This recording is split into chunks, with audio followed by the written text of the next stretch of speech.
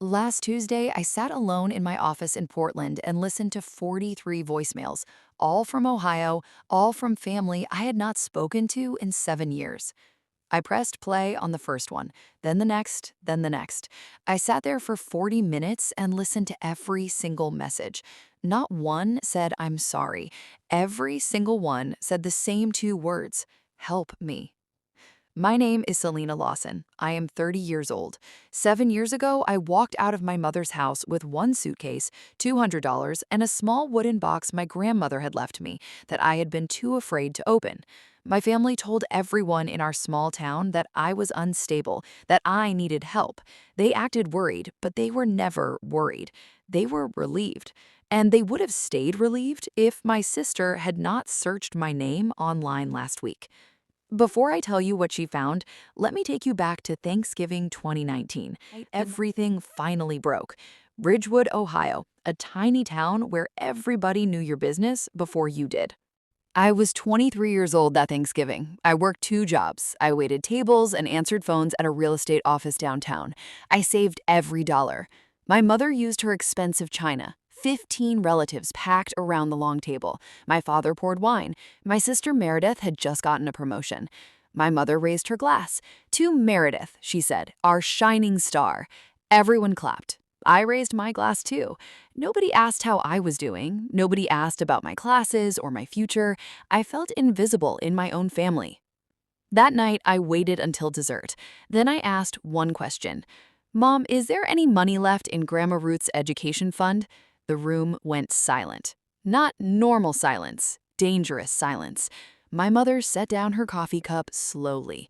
Then she looked around the table before looking at me. "This is what I've been dealing with," she said. Her voice turned sweet. "She's been acting erratic for months." My stomach dropped. I carried plates into the kitchen and started washing dishes because that was my role in the family. Everyone else celebrated. I cleaned. The faucet was running, but I could still hear my mother's voice from the dining room. "Ruth's fund paid for Meredith's sorority dues and car. Selena doesn't need it. She's not going anywhere anyway." I froze.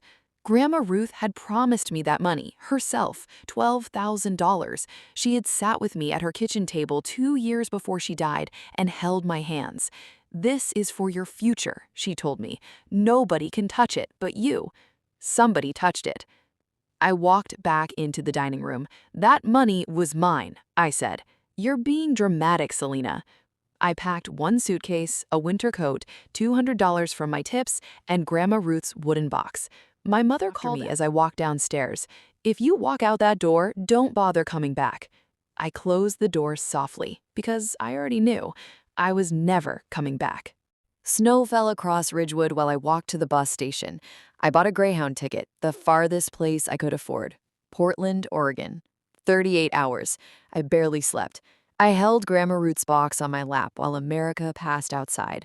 Cornfields, mountains, rain. A woman sitting beside me outside Omaha handed me half her sandwich. She saw I was crying but didn't ask questions. She just handed me a napkin. Sometimes strangers show more kindness in 10 seconds than family does in 20 years. Portland was cold and gray when I arrived. First night at a women's shelter, then a cheap hostel that smelled like bleach. No friends, no family, no credit history, nothing. Only my work ethic. Within 2 weeks, I found a receptionist job at a consulting firm called Hale and Associates. 8 employees, tiny office, old building. I answered phones and sorted mail. 3 weeks later, I opened Facebook for the last time. My mother had posted in the family group, "Please pray for Selena. She's going through a difficult time. We just hope she's safe wherever she is." People filled the comments. My brother commented first. She always was the dramatic one. 47 people liked it. I deleted Facebook that same night. Nobody tells you what no contact really costs. No emergency contact, no birthday calls, no Christmas cards, no one to help when you get sick. And the worst part, knowing people back home are telling stories about you while you stay silent. But silence gave me something. One morning, I woke up in Portland and realized something was missing. My mother's voice, that constant voice telling me I wasn't good enough. For the first time in my life, it was quiet. Before I tell you what happened when I walked onto that stage and what my mother's face looked like, subscribe right now, free. New story every week. Now let me show you what happened at 7:15 that night. At work, Margaret Hale noticed me quickly. In my first week, I reorganized 3 years of client files. Nobody asked me to, I just needed order. She pulled up a chair. Tell me what else is broken. By the end of year 3, I had graduated. No ceremony, no family cheering. I printed my diploma myself and hung it in my office. The next morning, Margaret knocked. How does project manager sound? By year 6, she offered me COO, Chief Operating Officer. The girl who once slept in a shelter now helped run a company with more than 100 employees. On my 28th birthday, I finally opened the wooden box. Inside, Grandma Ruth's pearl necklace, a childhood photo of me smiling with a missing front tooth, and a letter. Her handwriting shook across the page. Selena, if you're reading this, it means you had the courage to leave. Good. I read it 3 times. Then I reached the last lines. The education fund was real. I left instructions with my lawyer. Ask Patricia, she knows. 6 months before the 43 voicemails, Aunt Patricia emailed me. She apologized for staying silent. Then she told me the truth. My mother had forged my signature and moved $12,000 from my account into Meredith's. Patricia had witnessed the documents. The money itself no longer mattered, but the betrayal finally had a name. 2 months later, Margaret walked into my office. A pastor from Ohio contacted us, small-town fundraiser. They want a keynote speaker for community development. My chest tightened. What town? Ridgewood. I almost said no. The word sat right on my tongue. Then I remembered Grandma Ruth's letter. I'll do it, I said. After she left, I searched for the fundraiser online. Committee chair, Diane Lawson. My mother. March 15th, I flew into Columbus and drove through miles of gray farmland.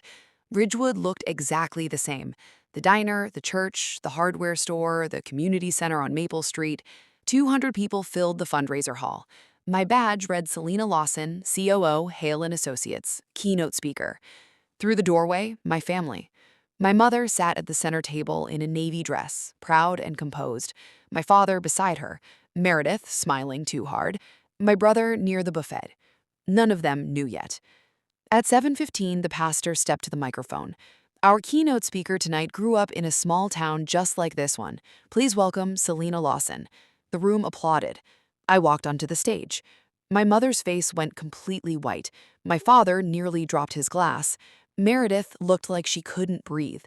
Then something incredible happened. The entire room stood up, 200 people clapping for the daughter they had been told was broken. My mother stayed seated. I stepped to the podium. I gave my speech, professional, confident, community programs, rebuilding neighborhoods. Then, near the end, I changed direction. I grew up in a town like this, I said quietly. Some of you may remember me. The room went still. I left 7 years ago with $200 and a suitcase. I didn't leave because I wanted to. I left because staying was costing me too much. Nobody moved. I was told I was unstable, but the truth is, the help I needed was distance. When I finished, the crowd stood again. This time, the applause lasted longer. After the speech, my mother pushed through the crowd. "Selena, sweetheart," she said loudly. "What a surprise." She opened her arms. I didn't move. "You had my number for 7 years," I answered. That night, I drove to my hotel and my laptop. I contacted Grandma Ruth's lawyer. I created a scholarship at Portland State University for students separated from their families, students surviving on their own. I named it the Ruth Lawson Community Scholarship.